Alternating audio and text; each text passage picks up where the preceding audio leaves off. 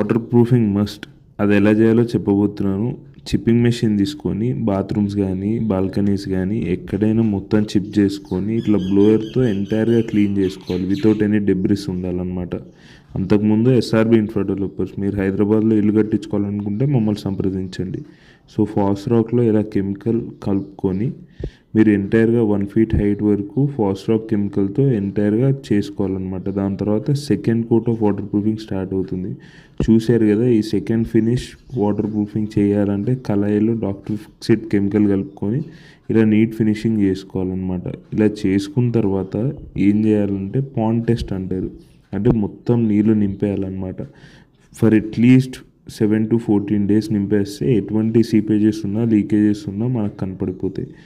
లేనప్పుడు మనం ఎంటైర్గా టెస్ట్ చేయొచ్చు. ఇట్లా అన్ని బాత్రూమ్స్లో కామన్ ఏరియాస్లో చేయాల్సి వస్తుంది.